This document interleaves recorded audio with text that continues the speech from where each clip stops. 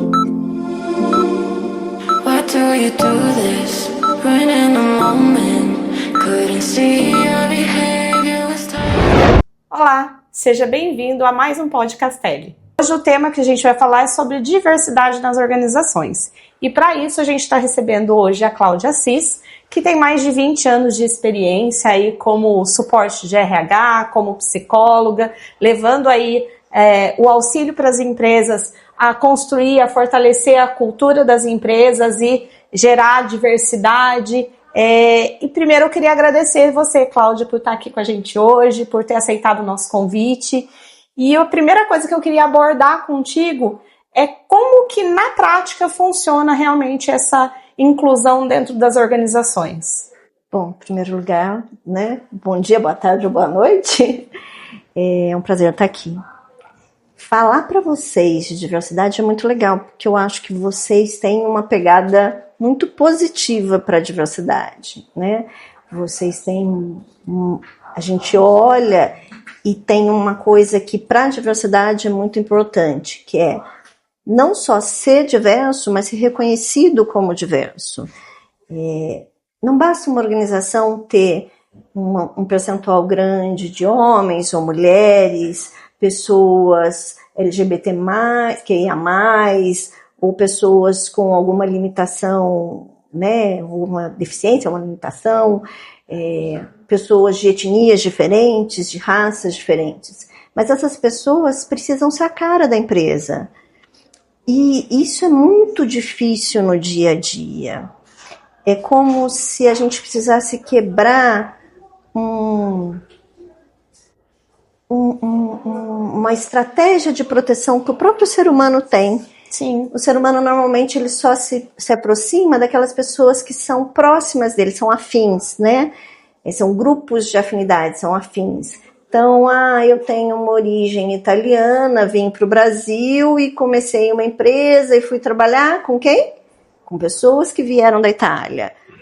Eu sou portuguesa, vim de Portugal para o Brasil e comecei... Embora a gente seja um país muito miscigenado, uma população muito miscigenada, ou seja, a gente namorou, casou, né, teve filhos, e a gente foi se misturando saudavelmente, porque a vida é maravilhosa, ela permite isso. Que bom, né? Que bom!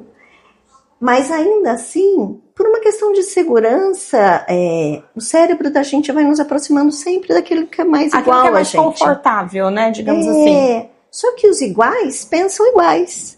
E como é que eles solucionam os problemas? Como é que eles geram identificação com outras pessoas? Diversidade é um negócio que não só é legal. É legal. É uma coisa muito legal, né? Mas não é bom que a gente tenha diversidade numa empresa só porque a gente quer ser bacana. Ou só para cumprir uma determinação legal, muitas vezes, né? Ou só para cumprir determinações legais, exatamente. A gente sabe, as pesquisas mostram que aonde a gente tem as empresas que são reconhecidamente diversas, elas têm um retorno financeiro muito maior, né? E no mundo, gente, onde tudo é copiado rapidamente, onde as coisas mudam muito rapidamente, só vai ter um diferencial competitivo as organizações que de fato tiverem pessoas engajadas, motivadas, que pensarem diferente, que acharem alternativas diferentes. E isso tem muito a ver com a vivência da cultura da empresa, certo? Sim, perfeito. A gente não consegue implementar uma política de diversidade e inclusão se a cultura da empresa não estiver aberta a isso. A gente tem que trabalhar para implementar uma política de diversidade e inclusão. Necessariamente a gente precisa trabalhar a cultura da organização, né? Nesse caso, a primeira questão e mais importante é os líderes da empresa, aqueles que são donos da empresa, de fato querem isso? E não tem que ser só no papel, né? Isso precisa ser vivenciado, ser no né? papel. Porque se for só no papel, a coisa não funciona, né? A gente não consegue implementar de fato, né? Não. É muito comum, por exemplo, por força da lei, empresas começarem a contratar, por exemplo, pessoas com alguma limitação física, algum tipo de deficiência, né? E aí a pessoa entra para trabalhar e não consegue trabalhar. porque o ambiente não está preparado para ela. Se ela de fato tem uma boa capacitação e você só quer contratar uma empresa, só quer contratar alguém que esteja de fato capaz de trabalhar e de fazer a função dela. Mas se o ambiente não está preparado, ela não consegue. Não consegue desempenhar para aquilo que ela foi. A gente tinha um caso assim que ficou muito conhecido. A gente conseguiu contratar numa empresa que, logicamente, por uma questão de respeito, eu não vou falar o nome, mas um alto executivo.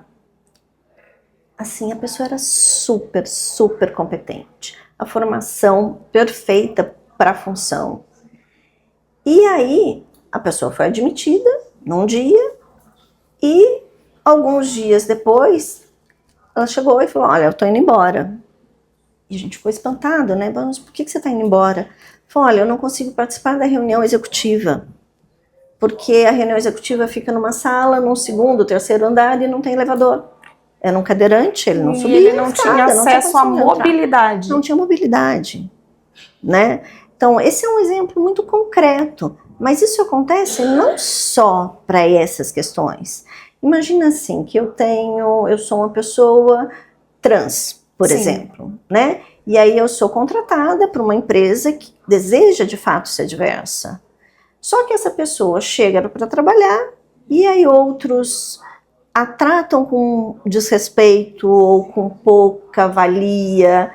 Como ela vai se sentir? Até porque quando a gente envolve uma situação como essa, até me perdoe se eu estiver errado, você pode me corrigir, a primeira coisa do respeito é a gente tratá-la como ela se autodenomina, né? Então, tem ali um nome social que ela escolhe, ou até mesmo como ela deseja ser tratada e de repente, se ela chegar numa situação como essa e for tratada de uma maneira diferente, isso ao invés de incluir, isso excluir.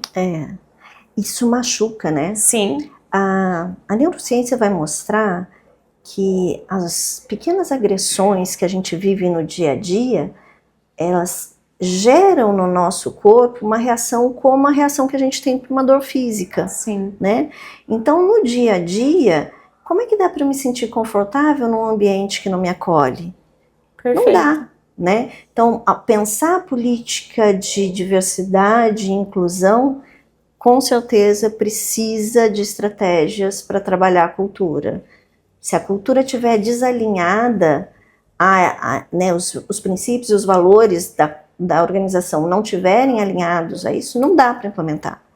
É jogar dinheiro e tempo fora. E hoje, se você for parar para pensar numa empresa que não tem essa política, digamos assim, qual seria o primeiro passo para você começar a criar essa diversidade dentro da empresa? Se você fosse contratada como uma profissional, falou, olha, eu preciso mudar o perfil da minha empresa e eu não quero ser diversa só no papel. Eu quero, de fato, fazer isso acontecer. Qual seria a sua dica de ouro aí para que essas empresas pudessem iniciar aí essa caminhada?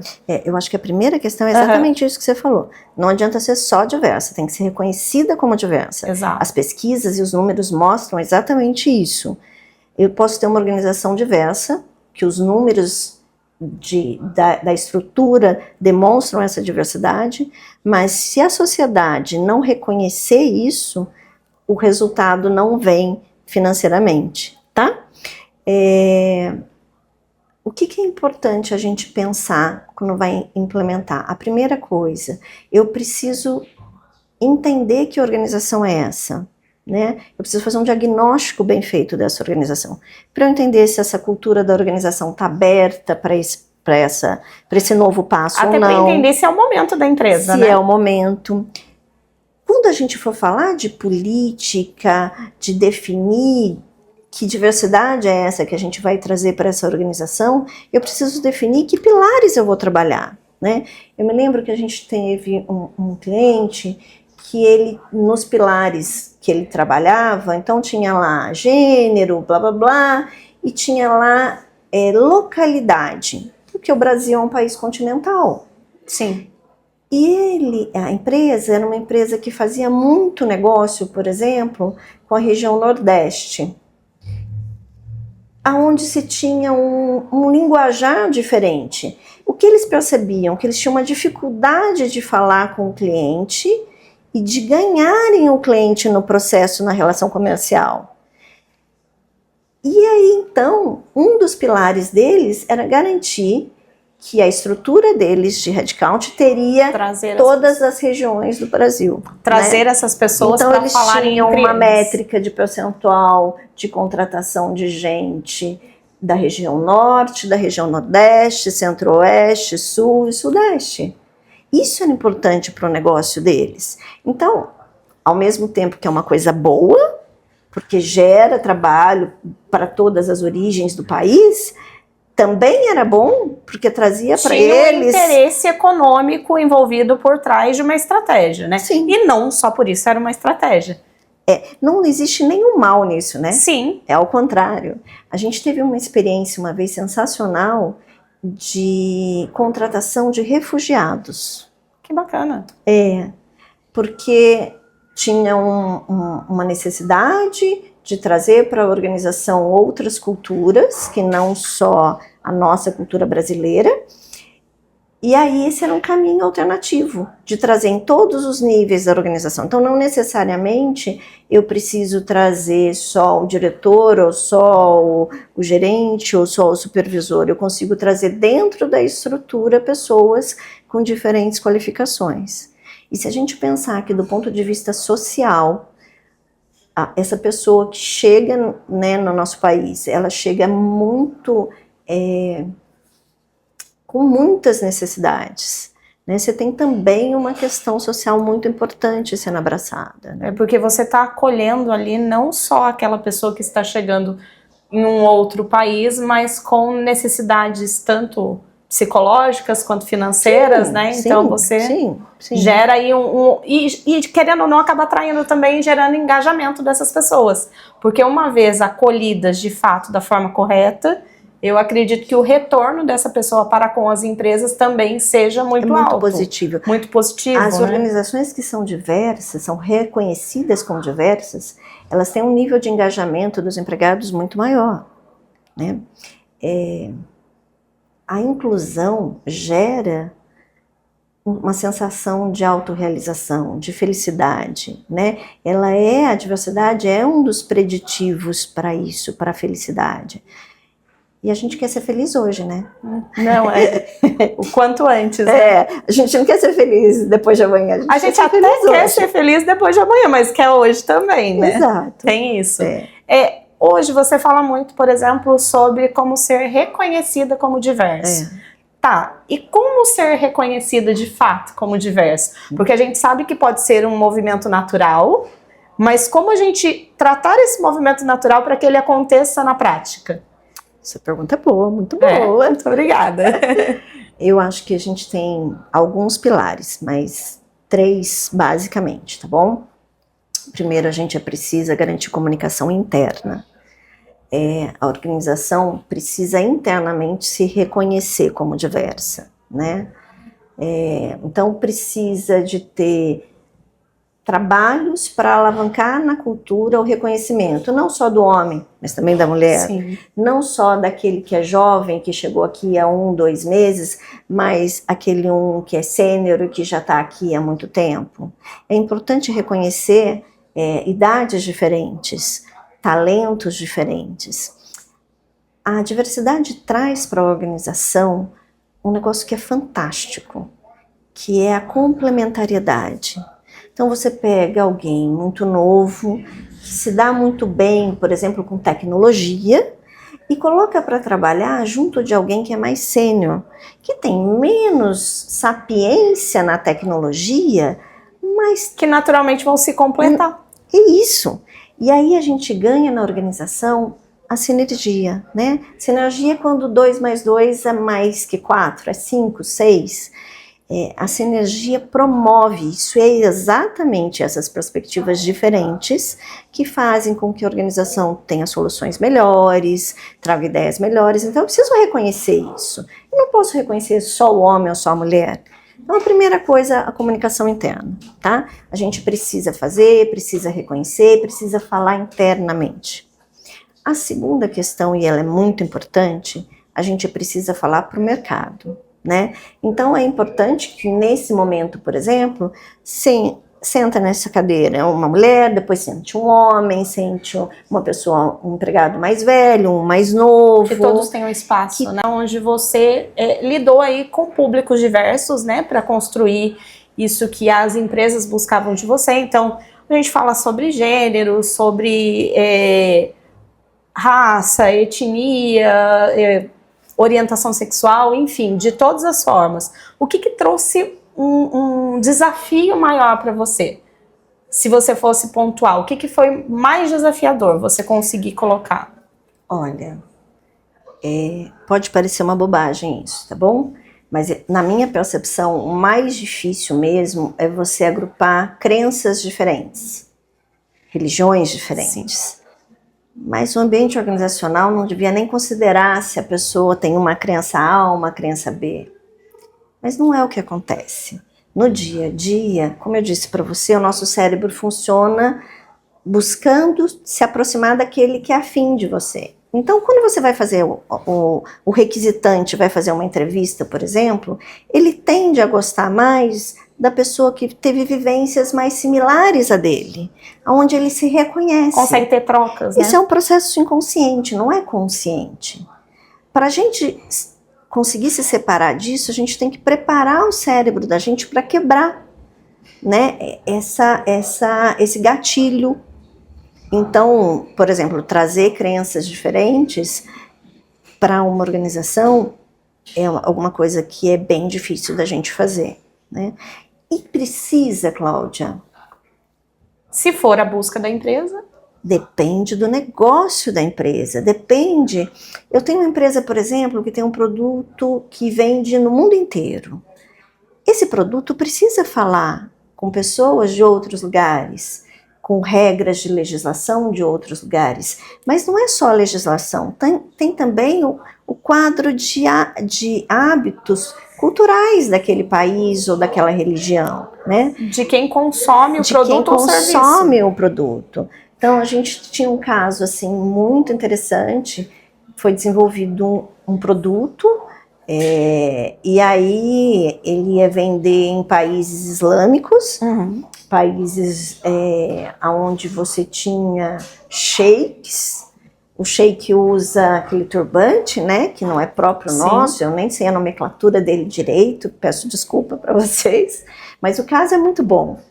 E o produto foi desenvolvido, um tempo longo de desenvolvimento de produto, e quando esse produto foi ser lançado, eles fizeram uma festa, e aí vieram as pessoas, né, testar, e aí para entrar e sair, o sheik tinha que tirar o turbante. E daí ele falou, olha, aqui a gente não vai comprar nenhum. Eu falei, como nenhum? O carro não tá bonito? Aí, não, tá lindo. Mas ninguém vai tirar para entrar dentro do carro. Isso faz parte. Então, assim, esse é um exemplo simples. E a gente tem vários, né? Assim, você vai fazer um produto com carne, usando carne, mas num país onde não há esse consumo. Não há esse consumo. Então, mas eu só pensei nisso depois. Você não pode pensar só isso depois. Não quantos anos ou quantos meses de desenvolvimento de produto. É estratégico, né? É estratégico. E assim, ter a diversidade dentro da empresa, que você comentou sobre religião, existe ainda o tabu. Eu tenho a diversidade, eu contrato pessoas diferentes no sentido de religião, no sentido de opções, só que não se fala sobre isso. Então, é o diverso não diverso. Eu não estou comentando sobre. Você lembra que eu pontuei para você? Eu evito conflitos, né? Você lembra que eu pontuei para você que o primeiro ponto é a comunicação interna? Exato. A gente não tem inclusão de fato se a gente não tiver comunicação interna. Eu sempre falo assim, que é um exemplo simples. A gente se arruma para vir trabalhar. Sim. Então a gente leva alguns minutos se arrumando, não? Você se maquia, você escolhe a roupa, eu não sei você, mas eu nunca fui dormir sem escolher a roupa que eu ia no dia seguinte, porque já ia acordar atrasado, com filho, com periquito, papagaio, não dá, né? Então, tava tudo prontinho. Existe uma programação. Ali. Você tem um planejamento para isso. dá um trabalho, gasta um tempo, demanda uma energia. Imagina se não fosse só a roupa que você tivesse que vestir. Você tivesse que vestir valores que não são seus, crenças que não são suas, um jeito de falar que não é seu, um cabelo que não é seu, uma roupa que não te agrada, não conversa com você. Não fala quem você é, né? Não fala quem você é. Imagina a energia e o tempo que você gasta. Num mundo que a gente não tem tempo mais para nada, né? O celular, a gente trabalha, o WhatsApp, gente, é uma loucura. Se você deixar e não for disciplinado, você vai trabalhar 24 horas por dia. Exato. Pensa você trabalhar 24 horas por dia sendo alguém que não é você mesmo. É exaustivo.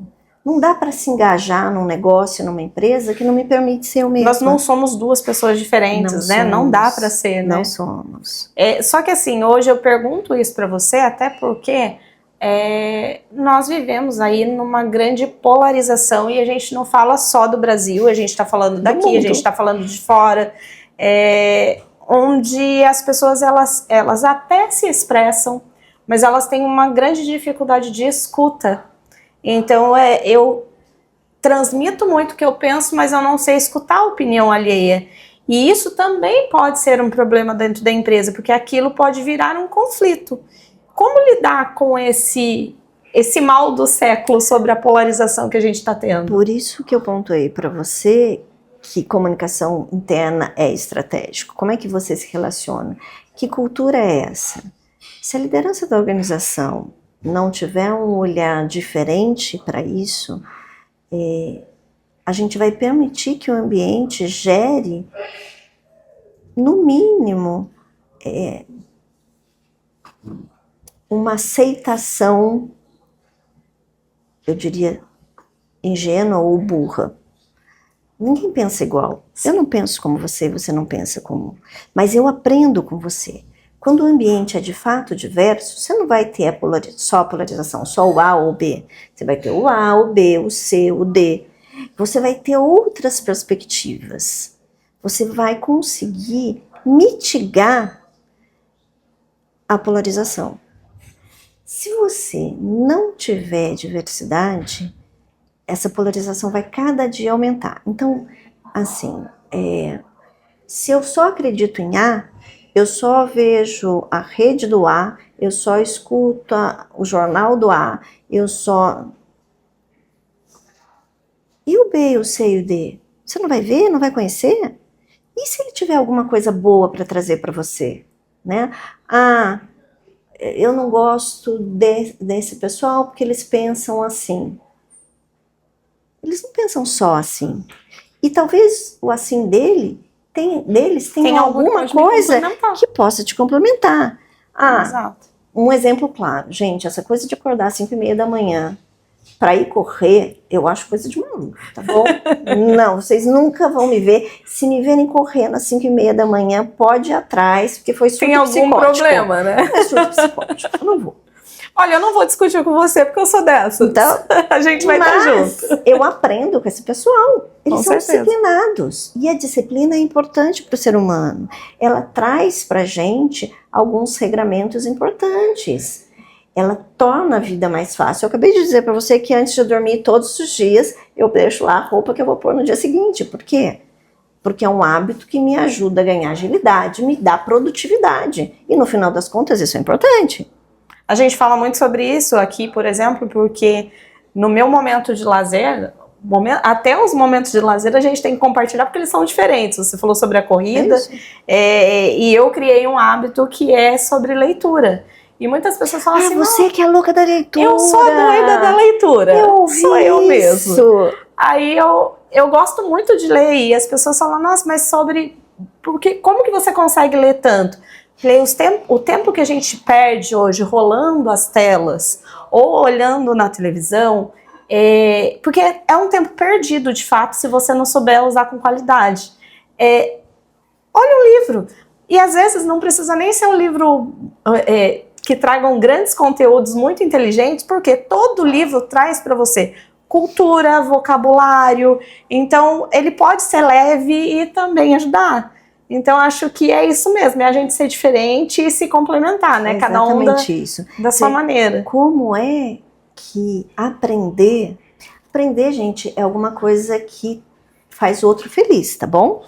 A necessidade de autotranscendência é uma necessidade humana. Sim. Todos nós precisamos ser melhor amanhã do que fomos hoje, tá? O meu avô morreu aos 101 anos, super consciente. E ele era muito engraçado, porque ele dizia assim, que ele tinha que aprender 5 palavras novas todos os dias. Olha que legal. Para isso ele fazia a palavra cruzada, e por isso o cérebro dele funcionou bem até o último dia. Como ele fazia a palavra cruzada todos os dias, muitas vezes não tinha palavra nova, todas ele já conhecia. E não tinha internet, tá, gente? Então o que ele fazia? Ele abria a enciclopédia. Porque ele só tinha aprendido 2 palavras naquele dia, e a meta dele era 5. E foi assim a vida inteira. Ele se manteve aprendendo. Aprender é alguma coisa que traz pra gente possibilidade de tirar do outro o melhor. Então, quando a gente conversa, quando eu tô num grupo que de fato não é polarizado, mas é de fato diverso, eu aprendo, mesmo com aquele um que tem uma crença ou uma escolha que não é minha. Ele me ensina, alguma coisa ele vai me trazer de bom. Esse é o fantástico da vida. As pessoas, elas perdem a oportunidade de se complementar, né? De aprender coisas diferentes a cada dia. É isso. É sobre o que você comentou, sobre a pessoa mais velha com a pessoa mais nova, trazendo experiências e expectativas diferentes de vida, né? E assim, já mudando um pouco, falando estrategicamente de empresa mesmo, Cláudia, você fala muito sobre mensurar resultados, tá? Para mim não existe de jeito nenhum uma política de diversidade e inclusão que não tenha métrica, tá bom? Exato. A gente sabe, quando eu falo sobre uma métrica daquilo que eu quero colocar, e quando a gente fala sobre diversidade, a gente está falando sobre N coisas, né? Eu tenho que ter todas as políticas de diversidade dentro de uma empresa para ela ser completa? Ou não? Eu posso ter uma métrica de trazer 2, 3 tipos de públicos diferentes para que faça parte do meu quadro. Na verdade, o que acontece? Primeiro, a gente tem que entender o negócio da empresa. Segundo, a gente tem que entender quais são os princípios e valores dessa empresa. O que é possível ali, o que faz sentido. Depois, não menos importante, a gente tem que decidir quais são os pilares de diversidade que você vai trabalhar. Você não precisa trabalhar todas, mas você precisa trabalhar alguns, né? Então a empresa X escolheu trabalhar com regionalidade, que foi aquele exemplo que eu dei para você, com gênero, com orientação sexual, etnia. Com etnia. Ela escolheu lá 4, 5 pilares, tá bom. Aí a gente vai desenhar a estratégia para a gente chegar em algum lugar com elas, né? Eu fiz um diagnóstico, eu tenho 10% de mulheres, 90% da minha população é homem. Tá bom. Como é que está essa divisão dentro da estrutura hierárquica? Tá X, Y, Z. Tá bom, eu entendi. E aonde a gente quer chegar? Eu quero ter um retrato da sociedade. Tá bom, onde eu tô, aonde eu vivo, aonde aquela empresa está alocada, como é que é esse mix? Nesse local, o mix é, sei lá, 40% de mulheres e 60% de homens. Ou o inverso, 60 mulheres de 40. Esse é o objetivo, eu quero chegar aqui. Tá bom. Então a gente vai fazer o caminho estratégico para chegar lá. Do mesmo jeito que as empresas fazem para a área financeira, para a área comercial, também ela vai fazer para a estrutura de pessoas que ela vai ter, né? E dá para ter do dia para a noite? Óbvio que não, né? Você tem que construir um plano para isso. Dentro desse planejamento com que você está acostumada dentro das suas experiências, esse planejamento ele costuma ser de longo prazo? Ele precisa ser de longo prazo, mas ele precisa de números a curto, médio prazo, tá? Para você acompanhar. Então vamos dizer assim, eu vou crescer 15% em 10 anos. Tá bom, eu vou crescer 15%, porque a minha empresa não tem um turnover alto, tem uma estabilidade grande, então tá bom. quantas pessoas mais ou menos saem da empresa por ano, como é que eu tenho que tornar factível. Como qualquer outro objetivo precisa ser SMART, sabe o conceito de objetivo SMART? Também para diversidade e inclusão a gente precisa desse objetivo SMART. Então você vai desenhar aonde você quer chegar. Exatamente. E isso precisa ser validado, né? Porque dá mais trabalho. Imagina assim, eu preciso contratar, sair de 10% e ir para 15%, tá bom. E aí eu vou contratar, então eu preciso contratar mais mulheres. Numa empresa, por exemplo, de engenharia, né? Onde você naturalmente ou socialmente ainda tem mais homens do que mulheres. Como é que você vai fazer isso? Você tem que aumentar a captação. Então, talvez você precise de um projeto para pegar as meninas ainda na faculdade, trazê-las para sua empresa ainda na faculdade, para que elas se envolvam e desejem trabalhar naquele lugar, se engajem ali e ali elas sejam admitidas e construam a sua história profissional. Perfeito. Mas daí quando a gente fala, por exemplo, falar sobre gêneros, eu consigo identificar isso e no momento que eu faço uma busca por um profissional no mercado, eu consigo direcionar. Olha, eu estou buscando um perfil homens, mulheres de idade X ou Y, isso eu consigo, de alguma maneira, direcionar para a vaga que eu quero.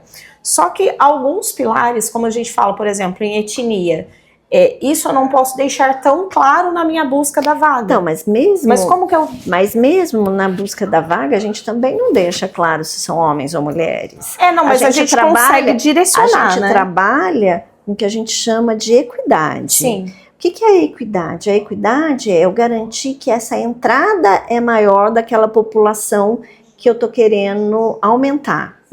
Porque quem vai passar ou não no processo depende do processo. Exato. Eu não posso contratar uma pessoa menos competente só porque ela é A, B ou C. Não, eu preciso trazer uma pessoa competente para aquela função.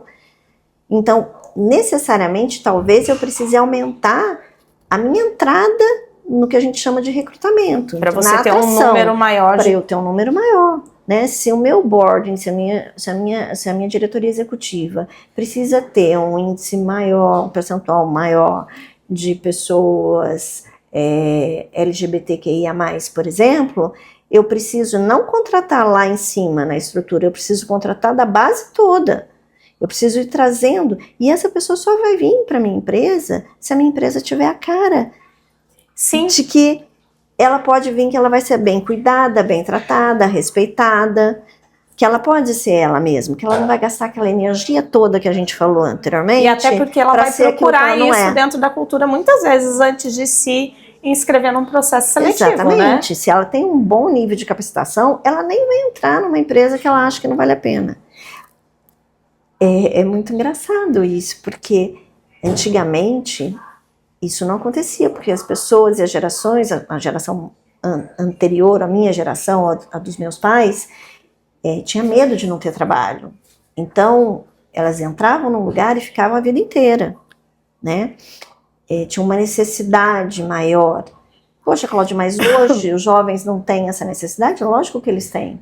Mas eles também reconhecem que outras coisas são importantes. A segurança deles, emocional, não está só no dinheiro, né? Eles não vão escolher, e tem algumas empresas que eles nem vão se candidatar se eles acharem que a cara dessa empresa não tem a ver com os valores deles. Não à toa a gente tem falado muito sobre o risco psicossocial, né? Perfeito. Então, a NR1 não é à toa, gente. Vira lei aquilo que já devia acontecer socialmente antes.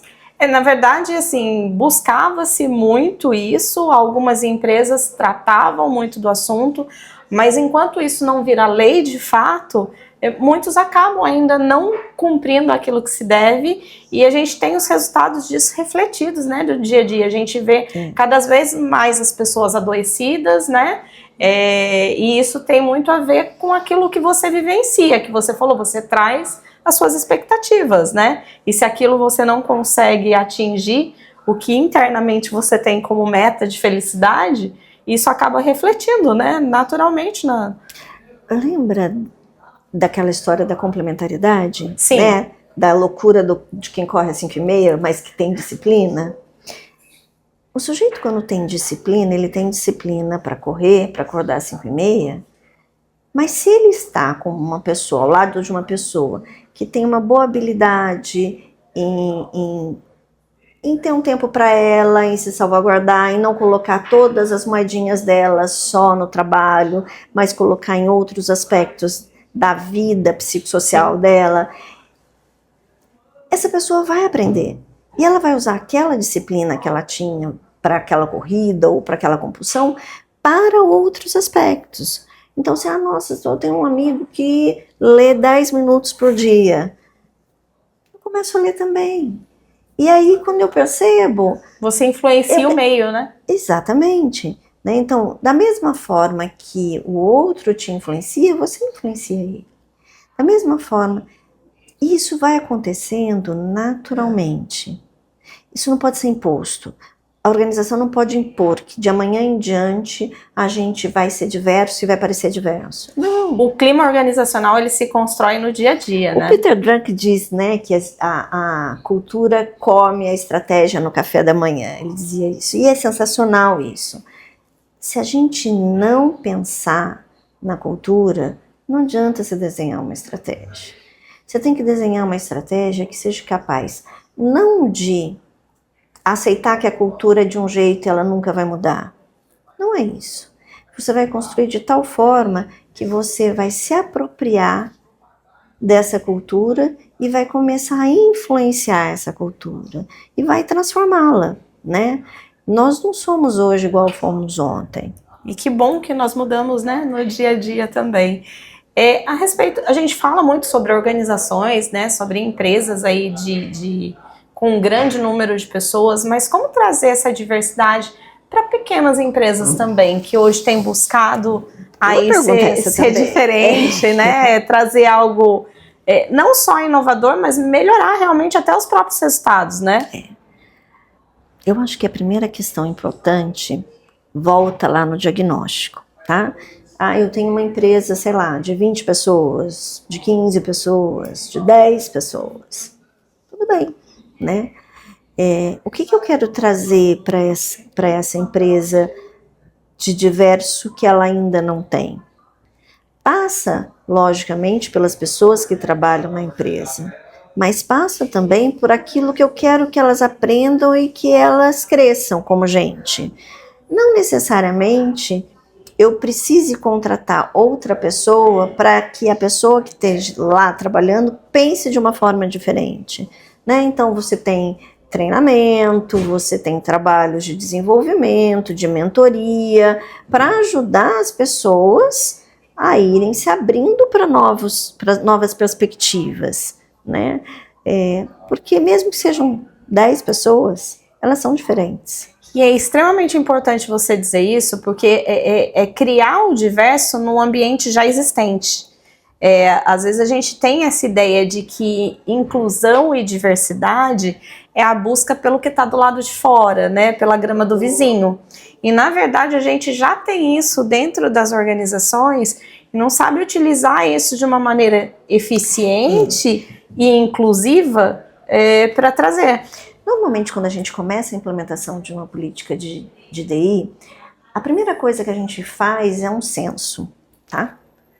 Porque muitas vezes eu tenho dentro da organização pessoas com crenças, com desejos, com orientações, com um jeito que não necessariamente é o que você pensa dela.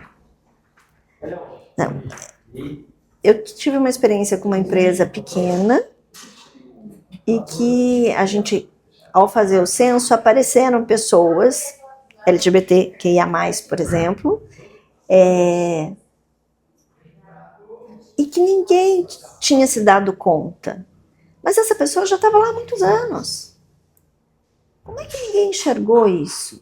Como é que ninguém abriu espaço para ela poder colocar na mesinha dela de trabalho o porta-retrato com a fotografia da esposa dela? Né? Então todo mundo tem lá o seu porta-retrato, só ela que não tinha. Por que ela não tinha? Né? Ninguém nunca perguntou, ninguém falou para ela, cadê o porta-retrato? Não, vou te dar um porta-retrato novo, só para você colocar aqui a fotografia da sua família. né? Em muitas empresas, ela se sentia tão fora daquele ambiente que ela cria uma família. Você já pensou você ter que criar uma família? Sobre o que você falou, é muito Você tem que criar uma imagem. desgastante Nossa, você mas ser é uma outra loucura. pessoa. É uma loucura, né? Então, normalmente a gente começa pelo senso exatamente para a gente identificar. E aí a gente começa a trabalhar com ações afirmativas, com grupos de afinidade, por exemplo, para que elas consigam trocar experiência, trocar sensações, sentimentos, medos, para que elas possam começar vagarosamente a se despirem de um papel e poderem ser elas mesmas, né? É difícil? É. Até porque as pessoas, eu acho que ainda enfrentam dificuldade dessa abertura e de sofrer preconceito. E às vezes o preconceito ele não é nem da organização. Às vezes o preconceito ele vem até do colega do lado, né? Que foi o que você falou. Então, é que pensa assim, o colega do lado é a organização. Sim, ele faz parte da cultura da empresa, né? De um jeito ou de outro, né? E a verdade é que tudo que a organização não contrapor, ou seja, tudo que ela permitir, vai virar cultura. Então pensa assim, um exemplo simples. Eu trabalho numa organização que tem flexibilidade de horário. Eu chego em tal horário, saio dessa empresa e vou para uma outra onde todo mundo tem que chegar às 8. Mas eu começo a trabalhar lá, tenho o meu histórico anterior, chego cada hora no meu horário e tá tudo bem. Para mim tá tudo bem. Se alguém não chegar para mim e dizer, olha, aqui você não pode chegar, assim, né? Aqui não funciona assim, e me permitirem ir fazendo isso, outras pessoas também passarão a fazer. Vai chegar um momento onde outras pessoas vão estar replicando aquele mesmo comportamento. Exatamente. Né? Ou seja, foi instaurado e criado na cultura daquela nova organização um hábito que não existia antes. Esse é um exemplo concreto, mas isso acontece para tudo. Mas se a gente olhar, parando para pensar dentro dessa ótica, por exemplo, se eu enquanto empregador, enquanto dono da empresa, eu estou criando ali uma cultura diferente para que tudo seja mais inclusivo e de repente eu tenho uma pessoa dentro dessa organização, uma, duas pessoas, onde ela esteja desalinhada com aquilo que eu busco, é correto tirar essa pessoa ou tentar fazer de tudo para que ela seja inclusa nesse novo modelo de... Então, essa pergunta é muito capciosa. Eu acho que a primeira coisa é, se você tá aqui, você tem que respeitar e se adequar aos princípios e valores desse lugar onde você tá. Você não é obrigado a estar nessa instituição, né? Mas se você tá, tem regramentos, tem um jeito de ser que você precisa respeitar. Se você desrespeita, de uma forma ou de outra, aquela comunidade, como o nosso corpo, acaba expurgando, né? Então, numa comunidade ou num grupo, onde um comportamento mais, né? Exato, quando você perceber, com o passar do tempo, não é que você vai desligar essa pessoa, mas essa pessoa vai começar a ficar infeliz no lugar onde ela está, porque ela já não é mais a cara daquele lugar. Né? Às vezes uma pessoa trabalha muitos anos numa empresa e aí quando ela sai, ela diz assim, eu escolhi sair porque eu já não estava me sentindo. Ela não está mais se sentindo parte daquilo porque de uma forma ou outra o mundo foi mudando, aquela organização, aquela cultura foi mudando e ela foi sendo expurgada, não por maldade, mas porque ela não se adequou, né? Ela não caminhou junto com o modelo cultural, não só da empresa, mas das pessoas, né? Da nova convivência. Não, perfeito. Em relação ao retorno mesmo, agora não falando só no retorno de comunidade, retorno financeiro até, porque as organizações ela busca esse retorno financeiro também, e você deu um exemplo muito prático em relação a isso, quando você falou da contratação de regiões diferentes para se comunicar com compradores e empresas diferentes.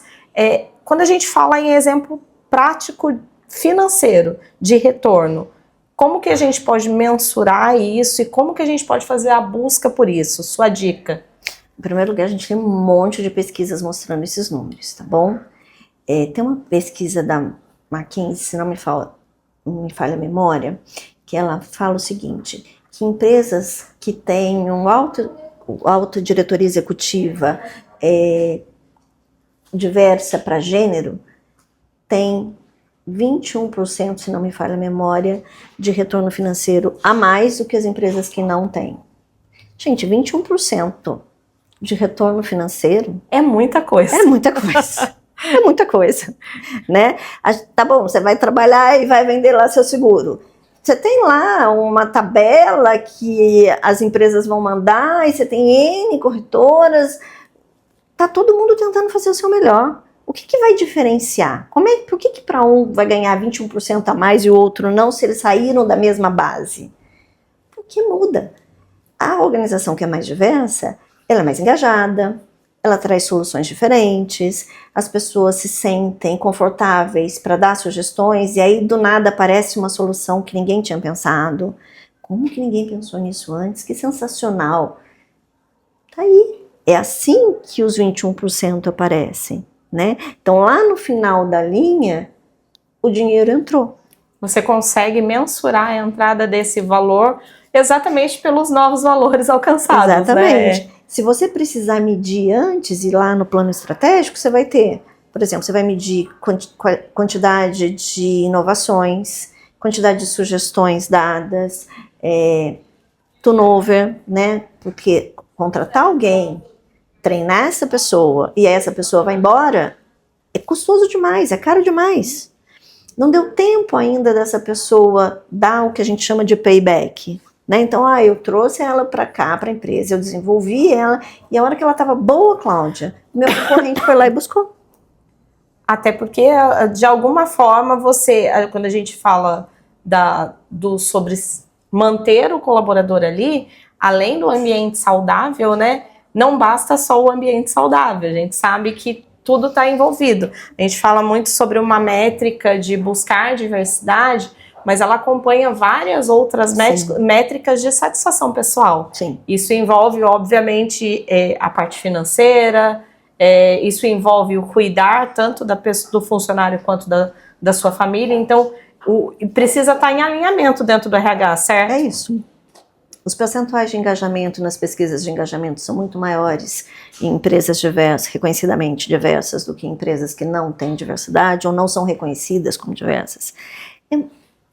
Eu gosto de usar a palavra reconhecida, gente, porque esse é o grande pulo do gato, né? Não é só uma questão de número.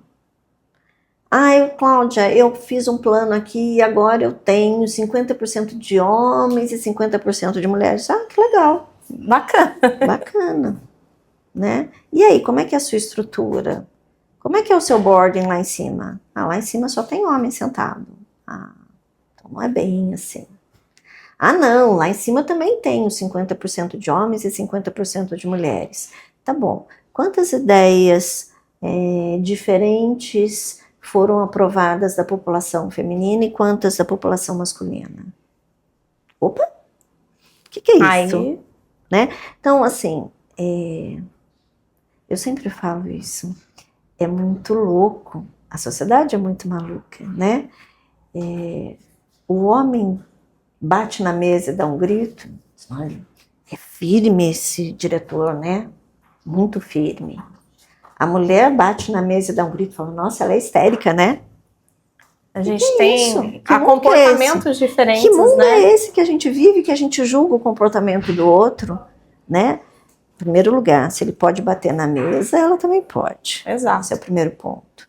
Nenhum dos dois deveriam bater, porque os dois deveriam ter controle emocional o suficiente para darem conta daquela questão sem perder a linha. Sem perder a compostura. Sem perder a compostura, né? Cláudia, nós somos humanos. Tudo bem, não tem problema. Então não julga. Desde que os comportamentos não sejam julgados de maneira diferente por conta do gênero de cada um deles. Exatamente, né? Mas você tem números que comprovam isso todos os dias. Legal. O que ainda te impulsiona enquanto profissional para você continuar levando aí reforçando as culturas da empresa e levando cada vez mais diversidade para dentro das empresas? Bom, primeiro, isso é minha paixão, tá? Quando eu parei de trabalhar, em 2018 eu parei de trabalhar, falei, não vou mais trabalhar, não quero mais, quero buscar minha filha na escola, já trabalhei, já fiz minha poupança, eu vou dar conta com o que eu tenho, beleza. E eu parei, fiquei 2, 3 anos parada, e o meu telefone tocou um dia, e era uma pessoa com quem eu trabalho hoje, e ela falou assim, Claudinha, me falaram que você é boa, eu queria que você viesse trabalhar comigo. Eu falei, mas você nem me conhece. Ela, então, mas fulano de tal te conhece e disse que você é boa. Vamos conversar? Eu falei, tá bom, vamos conversar. E a gente sentou e conversou. E a gente começou um projeto, e foi o primeiro projeto, o segundo projeto, o terceiro projeto, e a coisa caminhou. E por que caminhou? Porque eu acredito que a gente pode fazer uma sociedade melhor, né? E eu não acredito que uma sociedade melhor possa existir sem diversidade. Todos nós somos diferentes. Eu sou gêmea e não sou igual ao meu irmão. Nós somos gerados na mesma barriga, nascemos no mesmo momento e somos pessoas muito diferentes. A vida é maravilhosa. Eu aprendo com ele e ele aprende comigo, né? A gente junto foi muito mais do que 2, né?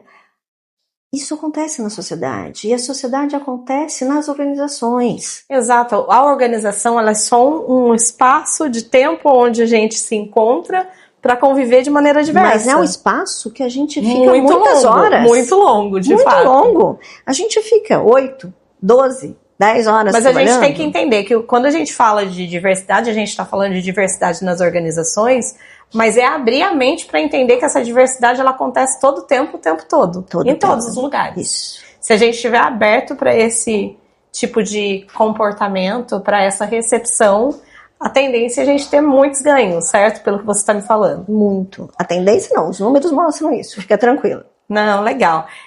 Só para a gente finalizar, gostaria que você desse uma dica para profissionais de RH. A gente sabe que eles são parte da empresa, mas não são muitas vezes os tomadores de decisão, porque a gente depende da alta organização das empresas.